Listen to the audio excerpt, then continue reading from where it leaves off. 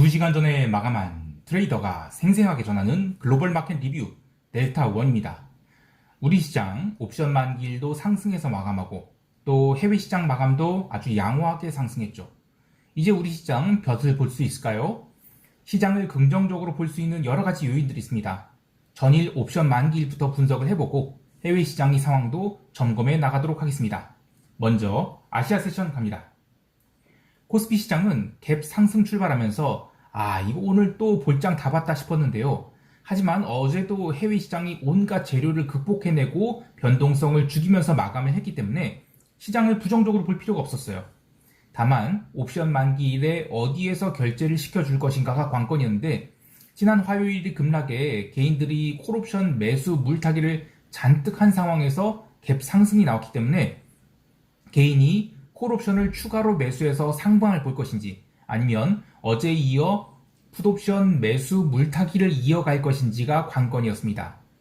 사실 처음 15분 동안은 갭 상승 이후 방향을 잡지 못했는데 외국인들이 선물 매수가 들어오지 않는 데다 기관들은 갭 상승에 더욱 공격적으로 콜옵션과 풋옵션 양매도를 하면서 지수를 387에 가두려고 하였습니다.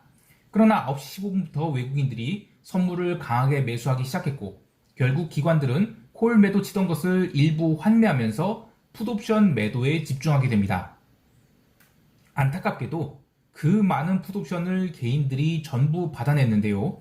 오전 9시 45분에 첫 고점을 찍을 때까지 개인은 풋옵션을 8만 계약가량 매수하면서 기관이 풋옵션 환매가 오후에 나오기 전까지는 이거 웬만해서는 하락은 없겠다 라는 결론을 내리게 하였습니다. 문제는 콜옵션인데 외국인이 선물 매수를 당기면서 개인이 초반에 매수한 콜옵션이 드디어 손익분기점을 넘어가게 됐어요. 다만 워낙 비싸게 콜옵션을 매수한지라 콜 385 이하 정도가 간신히 손익분기점에 도달했을 뿐이지 387이나 390은 손익분기점까지는 좀 도달하지 않았다라는 생각을 하게 하는데요. 그러니까 이제 기관들이 그 위치만큼은 절대로 못 올라가게 사수를 하는 것이죠. 기관들이 아주 징그럽게 지수를 눌러대기 시작했는데요. 하도 콜옵션 매도를 누르자 결국 외국인들도 10시 50분부터는 선물 매수를 멈추고 정리를 하기 시작합니다. 그러면서 콜옵션 387은 지수가 거의 하락하지 않았는데도 불구하고 거의 휴지가 될 정도로 눌리게 되죠. 근데 여기서 조금 아쉬운 게 어제 이어서 오늘도 기관들이 현물을 열심히 사줬는데요. 특히 외국인들이 비차익 매도에도 불구하고 기관들이 현물 매수세가 종가까지 들어온 것은 시장에 대한 기대값이 그만큼 크다는 것을 보여주는데 문제는 외국인들이 우리 시장에 대해서 반반 정도로만 생각하는 것 같아요. 오늘 외국인들은 사실상 장 마감 무렵 시장을 누르려고 했거든요. 근데 기관들은 콜옵션을 열심히 눌러서 최대한 미결제 약정을 싸게 모은 다음에 오후 2시 10분부터 시장을 위로 강하게 돌리면서 콜옵션을 셋 더블을 만들어 버립니다.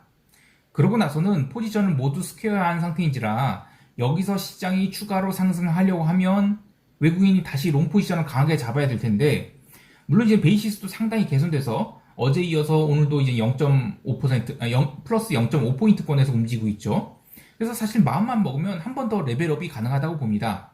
근데 차월물 옵션은 여전히 양 옵션이 굉장히 뚱뚱한 상태고 잔존일 또한 4주차 옵션이죠. 그러면 이 길부터는 시장이 상승을 해도 콜 옵션에서 시세가 제대로 난다기보다는 변동성 매도가 이어지는, 그러니까 상승을 쫓아서 이익 내기는 상당히 좀 어려운 그런 장이 되지 않을까 합니다. 10월물 옵션 만기를 보낸 소감을 한마디로 정리하면 이거 또 개인들이 크게 당했다는 생각이 들어요. 올해 6월까지는 그래도 옵션 시장에 나름 스마트한 개인들이 있었다라고 하면 7월부터는 파생시장에 좀 신규로 유입된 개인이 좀 있는 것 같은데 안타깝게도 지금까지는 그들이 성적은 좀 호구로 보입니다. 그래도 11월물은 좀 기대를 해볼 만한 것이 변동성이 꼭지를 찍고 밀리기 시작한 것을 보고 있어요. 그래서 11월은 양매도가 됐든 단방향이 됐든 옵션 매도가 좀 돈이 되지 않을까라는 생각을 합니다. 자, 이제 유럽 세션 갈게요.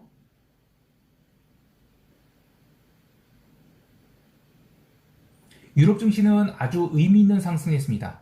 내재 변동성이 무려 9%가 넘게 하락을 했는데 변동성 하락도 그렇지만 중요한 이평선을 그리고 깔끔하게 양봉으로 돌파했다는 점에서 시장을 아주 긍정적으로 보고 있습니다. 주봉상으로도 추가 상승 여지가 남아있다고 보고요. 다만 이 상승이 원자재 주식들 상승으로 올라간 것으로 보고 있어서 조금은 걱정이 됩니다. 영국에서는 리오틴토 그리고 BHP 그룹이 3% 넘는 상승했는데 모두 다 원자재 주식들이에요. 지금이야 원자재 2차 랠리가 아직까지는 인플레이션을 자극한다는 이야기가 없지만 사실 두 달 전만 해도 파월이 무슨 트랜지스터리 같은 소리하고 앉아있을 때 저를 포함해서 일부 사람들이 무슨 소리 하는 거냐, 무슨 트랜지스터리냐 그렇게 얘기를 했었죠. 그래서 저는 채권 숏을 그때 과감하게 지를 수 있었어요. 근데 이제는 사람들이 인플레이션에 대해서 조금씩 걱정을 하고 있거든요. 그랬는데 원자재 파동이 2차 파동 좀 세게 나오면 그때 이젠 사람들이 이 원자재 얘기가 나올 것 같아요. 그래서 저는 올해 초에 있었던 것보다 더 강한 원자재 랠리가 나올 것 같고요.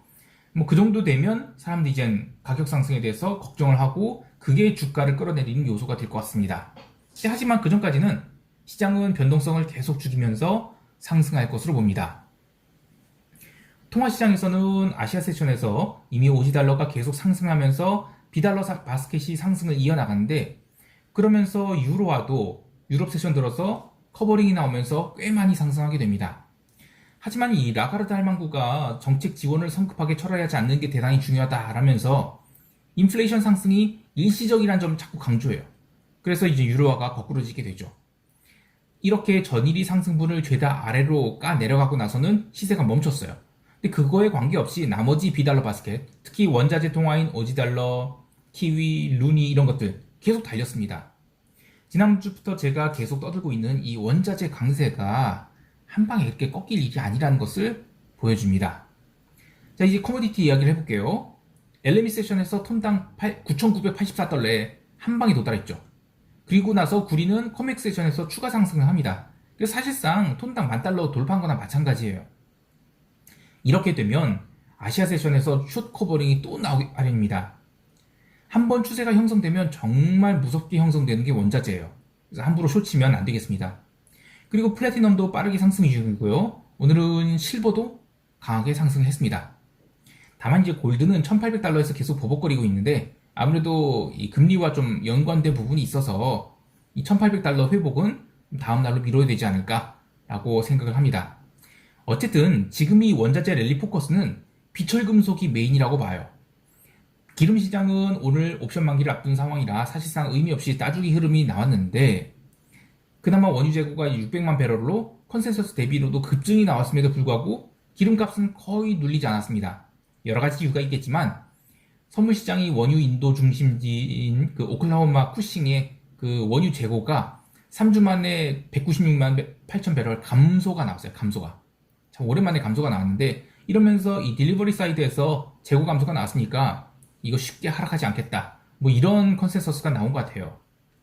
덕분에 브렌트는 84달러 넘겼고요. 이렇게 되면 뭐 다음 주도 기름값 상승은 이어진다 라고 봐야 되겠죠.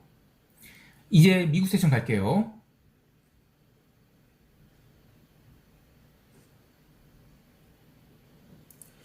미국 세션을 한마디로 요약하면 이틀째 숏 커버링이 진행되고 있다라고 할 수 있겠어요. 어제 마이크론 테크놀로지 그리고 엔비디아 같은 그동안 눌려있던 종목들이 강하게 튀었는데요. 이것은 한국 시장에도 영향을 미쳐서 금요일 삼성전자의 강한 반등이 나오지 않을까라는 생각을 하게 합니다. 이미 장 시작 전부터 리스크 온 분위기가 고르게 퍼지면서 지수 선물이 꾸준히 상승하고 있었고요. 유럽 세션 시작하면서 상승의 가속도가 붙게 됩니다. 그래서 본장 시작할 무렵에는 모든 지수 선물이 플러스 0.8%에 달하는 갭 상승으로 출발을 했는데 보통 장 시작하고 나서 한번 눌러주고 가게 마련인데 이번에는 거의 누르는 거 없이 바로 튀어올랐죠. 장 시작 전에 신규 실업수당 청구 건수 발표됐는데 드디어 신규 실업수당 청구 건수 앞자리가 잠시만요. 이거 참 오랜만에 보는 실업수당 청구 건수 앞자리가 2로 바뀐 건데요. 29만 3천 건이 나오면서 아주 서프라이즈를 기록했습니다. 하지만 이게 증시나 채권 시장에는 영향을 미치지 않았어요. 이미 그 전에 충분히 리스크 온 분위기가 진행되고 있었기 때문이죠. 그리고 함께 발표된 생산자 물가지수 PPI가 전월비 0.5% 상승으로 나왔는데 그 CPI는 상승하는데 PPI는 하락했다. 그러면 이거는 기업 마진 증가라는 아주 중요한 지표가 되죠. 근데 이것도 증시나 채권 시장에 호재로 작용하지는 않았어요. 특별히. 그래서 그냥 그러려나 보다 그 정도였죠. 그래서 어제 이 시장 흐름이 뭐 CPI 때문에 시장이 올랐다. 또는 뭐 PPI 때문에 이거는 좀 말이 안 된다고 봅니다. 또 하나 봐야 될 것은 어제에 이어서 유럽 장기 국채가 그 엄청난 상승을 이어갔어요. 하지만 미국 장기 국채는 어제는 거의 오르지 못했거든요. 이것만 봐도 어제 장기 국채 상승이 미국의 이제 유럽 국채 때문에 같이 오른 거지 CPI 때문에 오른 건 아니다. 이렇게 볼 수 있습니다. 그러면 왜 유럽 국채가 폭등을 했을까 생각해보면 저는 이거 다 지금 숏 커버링의 일환이라고 봐요. 무슨 얘기냐면 유럽은 계속해서 뭐 테이퍼링 같은 건 생각도 안 하고 있다라는 기존의 완화적 입장을 계속 내세우고 있어요. 그런데 그동안에 헤지펀드들은 웃기는 소리 하면서 계속 유럽 국채 숏을 쌓아왔거든요. 그런데 이번에 아주 강하게 커버링이 나온 거다라고 보고 있습니다. 개별 종목 보면 뭐 사실 안 오른 섹터가 없을 정도로 다 올랐어요. 특히 정보기술 섹터, 산업재, 소재 섹터 이거 함께 고르게 올랐는데 보통 이렇게 다우 종목이랑 그 나스닥 종목이 같이 오르는 경우가 별로 없죠. 근데 어제는 그냥 뭐 다 올랐어요. 제가 그 개별 종목 언급을 잘 안 하지만 FCX US 에쿼티라고 프리포트 맥모란 종목이 있어요. 프리포트 맥모란? 네, 그런 종목이 있는데 이 대표적인 원자재 주식이군요. 아주 강력한 반등을 하고 있습니다. 이 원자재 상승이 하루짜리가 아니라는 것을 보여준다고 생각을 해요. 또 실적을 계속 발표 중인 금융주들이 계속 오르고 있죠. 어제 뱅크 오브 아메리카 이거 엄청나게 올랐고요.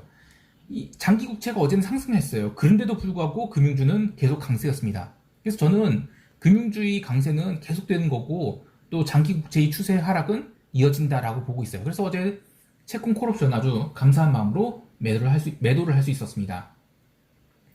유럽 증시도 아주 중요한 자리에서 지금 사흘째 양봉이 나왔어요. 그리고 미국 시장도 나스닥 이 15,000선을 이번에 돌파하면서 저 위에서 출발한 조정이 좀 끝나지 않았을까라는 생각을 하고 있는데 다만 이제 어제부터 시작한 상승이 기존의 상승장과는 달리 변동성 하락을 동반한 점진적 반등으로 보거든요. 그러니까 하루에 뭐 0.8% 다음날 한 0.3% 그 다음날 이제 상승하고 또 이튿날 3일째 음봉이 한 0.5%짜리 음봉 주는 그런 식으로 지그재그로 점점 오르는 그런 상승이 나오지 않을까 해요. 그리고 장중에는 이미 갭으로 올라서 오히려 본장에는 좀 조정을 주는 그런 식으로 굉장히 이익 내기 어려운 그런 장이 되지 않을까 해요. 그래서 만약에 저는 롱 포지션 잡은 분이라 그러면 다음 주까지 그냥 계속 장중 조정 이런 거 신경 쓰지 말고 오버나잇 하는 전략이 장중에 뭐 매수를 했다 청산하는 거 이 반복하는 것보다 훨씬 나을 것 같다는 생각을 합니다. 변동성 목표는 15포인트까지 내려가기를 기대하고 있고요. 변동성이 15포인트까지 내려가게 되면 지수 롱 포지션을 좀 청산하거나 아니면 해지를 할 계획을 잡겠습니다. 저는 나스닥 매수 투고를 외칩니다. 자, 이제 시장 총평하면서 대응 전략 이야기할게요.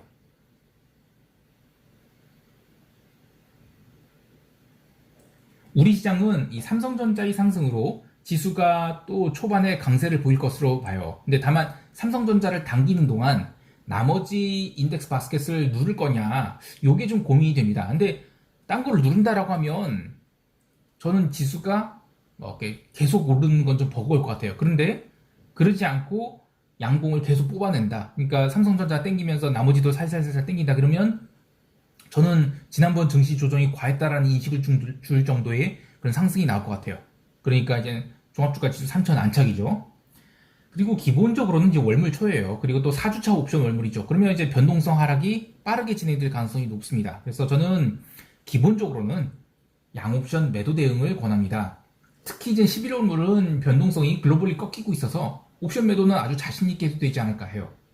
증시 또한 개별 종목 숏 커버링이 이어질 것으로 보기 때문에 눌린 종목 위주로 대응하는 것도 괜찮아 보입니다. 한 가지 변수를 더 이야기하면 이 홍콩 세션이 태풍 사유로 휴장을 했는데 재개장하면서 갭 상승 출발했다가 여기서 조정이 나오면 우리 시장도 장중 조정이 빌미를 질 수 있어요. 그래서 그 구간만 조심하고 나머지는 뭐 그대로 양호하게 옵션 매도로 대응할 수 있지 않을까 합니다. 올라오면 콜매도, 내려가면 풀매도 하는 식으로. 해외 시장에 대해서는 여전히 원자재 롱을 외치고 있는데 구리 같은 경우에는 렐름 세션에서 아마 $10,000를 돌파하지 않을까 해요. 그리고 이제 옵션 만기도 끝났겠다. 그래서 저는 기름에 대해서는 다시 롱을 콜하겠습니다. 마지막으로 유로화 또한 어제 과하게 눌린 부분이 있죠. 그래서 그 부분에 대해서는 재차 상승이 나올 수 있다고 보고요. 전반적으로 이 변동성이 어제에 이어서 계속 하락한다라고 보면 되겠습니다. 자, 오늘도 성공 투자하시기 바라고요. 이상 델타원이었습니다. 감사합니다.